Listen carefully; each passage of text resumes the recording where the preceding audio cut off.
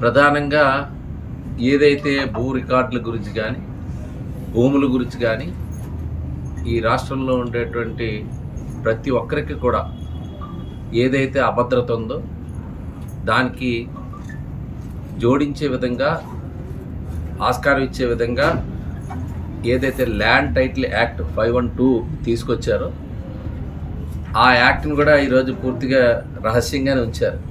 దానికి కారణాలు ఏమైనా ఈరోజు దాన్ని ఆసరాగా తీసుకొని ఈరోజు రెవెన్యూ అధికారులు చేసిన ఒక ఉదంతం అంటే ప్రభుత్వ పెద్దలు జోక్యంతో ఒక కుటుంబం ఈరోజు ఆత్మహత్య పాలయ్యారు.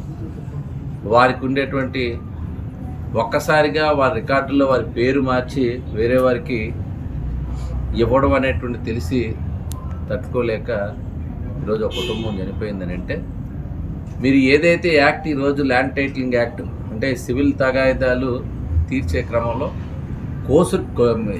సివిల్ కోర్టులకు ఉండేటువంటి అధికారాలను కుదిస్తూ ఇచ్చినటువంటి జీవో అంటే ల్యాండ్ టైటిలింగ్కి ఒక స్పెషల్ ఆఫీసర్ని వేసుకొని వారి ద్వారా ఈ సివిల్ తగాయిదాలు క్లియర్ చేస్తామనేటువంటి ఒక చట్టాన్ని తీసుకొస్తున్నారంటేనే ప్రతి ఒక్కరు కూడా అన్ని వ్యవస్థలు అందరూ కూడా ఇంక్లూడింగ్ మెయిన్ లాయర్లు అందరూ కూడా స్ట్రైక్ చేశారు. మీ అందరికీ తెలుసు. దానిపైన రెవెన్యూ మంత్రి గారు కూడా అనౌన్స్ చేయడం కూడా చూశారు. దీన్ని ఇంకా ఆలోచిస్తున్నాం, అమలు చేస్తున్నాం. ఈరోజు జీవోలు తీసుకొచ్చి ఏదైతే ఆస్తులకు సంబంధించినటువంటి ప్రైవేట్ ఆస్తులకు సంబంధించినటువంటి అంశాలు ప్రభుత్వం చేతుల్లో పెట్టుకోవాలి, ప్రభుత్వం అజమాయిషీ ఉండాలి అనేటువంటి ఆలోచన చెప్పేదేమో ఎక్కువ కేసెస్ పెండింగ్ ఉన్నాయి కాబట్టి సివిల్ కోర్టులో దానిపైన ఈ చట్టం తీసుకొస్తామని చెప్తున్నప్పటికీ కూడా జడ్జెస్ నియామకం చేసి న్యాయస్థానాలు సివిల్ కోర్ట్స్ని పెంచుకునే అవకాశం ఉన్నప్పుడు సత్వరంగా చేయాల్సినటువంటి ఫాస్ట్ ట్రాక్ కోర్టులు పెట్టి నువ్వు ఇష్యూస్ అన్నీ క్లోజ్ చేయడం మానేసి ఒక ల్యాండ్ టైటిలింగ్ అధికారిని నియమిస్తూ అక్కడ మీకు ఈ జడ్జిమెంట్స్ ఇచ్చేటట్టుగా అంటే టైటిల్ ఇచ్చేట విధంగా ఆస్తులకు తాలూకా హక్కుల్ని నిర్ధారించే విధంగా ఆ హక్కుల్ని ప్రభుత్వం నియమించేటువంటి వ్యక్తుల ద్వారా చేసే విధంగా ఏదైతే నిర్ణయం తీసుకుందాం అనుకున్నారో దాంట్లోనే మనం అర్థం కనబడుతుంది. ఈరోజు అనేక అంశాలు ఈరోజు ఈ రాష్ట్రంలో ఈ యాక్ట్ ద్వారా ప్రజలందరూ కూడా చాలా ఇబ్బందులు పడతారనుకున్నాం. ఈలోగానే ఈరోజు రెవెన్యూ యంత్రాంగానికి ఏదైతే అధికారాలు ఇచ్చినప్పుడు ఈరోజు ఆ మార్పిడి చేయడం అనేటువంటిది ఆ కుటుంబం ఆత్మహత్య దిశగా ఉంది. ఇంతకుముందు కూడా ఒక పద్మశాలి కుటుంబం కడపలో అంతకుముందు కూడా ఒక వ్యక్తి ఇదే విధంగా చనిపోయినటువంటి సంఘటన కూడా మీకు ఒకసారి గుర్తు చేస్తున్నాను.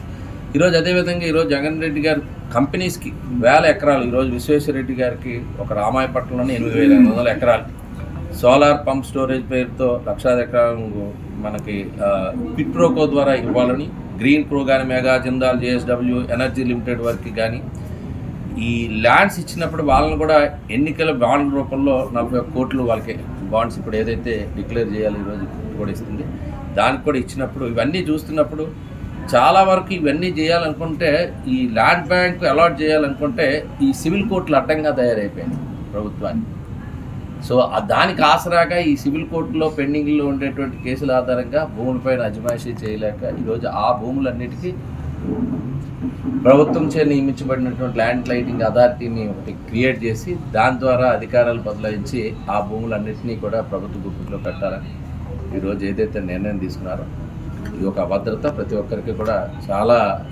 అందుకని చాలామంది న్యాయవాదులు కూడా ఇటీవల కాలంలో దీనిపైన పెద్ద ఎత్తున ఉద్యమాలు చేయటం. గతంలో కూడా ముద్రా పోర్ట్ నుంచి రాష్ట్రంలోకి డ్రగ్స్ వచ్చాయనేటువంటిది మీ అందరికీ తెలుసు. ఈ దేశంలో ఎలా డ్రగ్స్ వస్తున్నాయి అనేటువంటి భావంతో ఉండేటువంటి వాటికి అన్నిటికీ కూడా ఫుల్ స్టాప్ పెడుతూ ఇది విశాఖ కేంద్రంగానే జరుగుతుందనేటువంటిది నేరుగా సిబిఐ వచ్చి ఇంటర్ఫీర్ అయ్యి ఒక కంటైనర్ని సీజ్ చేయడమే కాకుండా అందులో కొకైన్, హెరాయిన్ లాంటి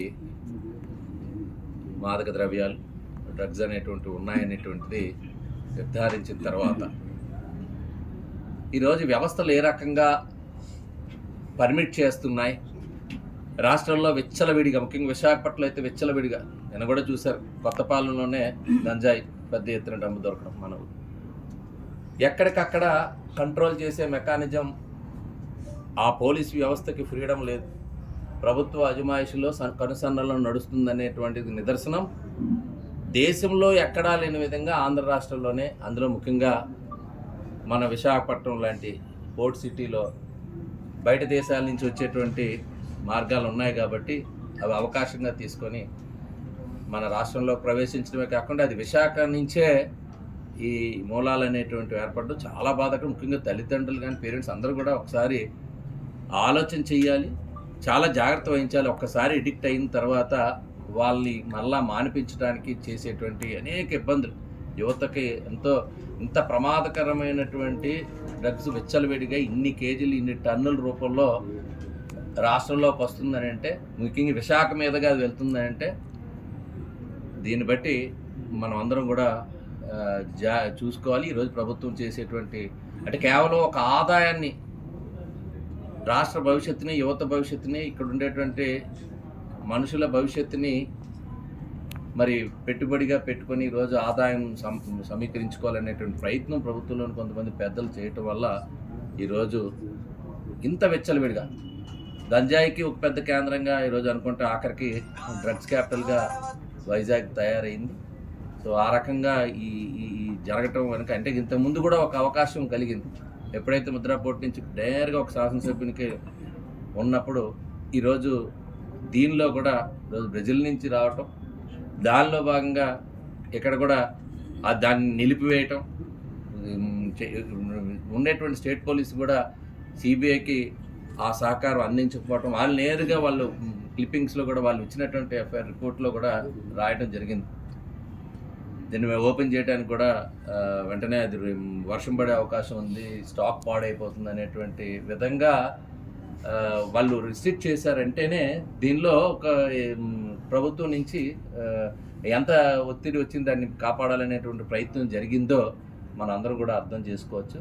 సో ఇట్లాంటి ఒక అంటే ఇంటర్పోల్ సహకారంతో సిబిఐ ఇన్వాల్వ్ అయినటువంటి ఇష్యూలో కూడా ఎక్కడో ఇది ఇంకా కాపాడాలి, దీన్ని ఆపాలి అనేటువంటి ప్రయత్నం జరిగినటువంటి వాస్తవాలు మనం అందరం ఒకసారి చూసుకుంటే ఒక్కసారిగా ఇది రాష్ట్రాన్ని కాదు, దేశాన్ని కాదు, ప్రపంచాన్ని కుదిపేసినటువంటి సంఘటన. ఒక ఇంత పెద్ద ఎత్తున పెద్ద బల్క్ క్వాంటిటీ మన విశాఖపట్నానికి చేరుకున్న తరంలో, ఎందుకంటే ఇది ఒక వ్యవస్థను మొత్తం సర్వనాశనం చేసేటువంటి ఈ డ్రగ్స్కి సంబంధించినటువంటి అంశం. ఇంతకుముందులోనే మనం ఎప్పుడూ చెప్తూ ఉండేవాళ్ళం గంజాయి గురించి. ఈరోజు ఇవన్నీ మత్తు పదార్థాలకి బానిసలైనటువంటి వాళ్ళే నేర ప్రవృత్తి పెరిగిపోతూ ఉంది. దీనివల్ల విశాఖపట్నం ఒక ప్రశాంతతకి నిలయం.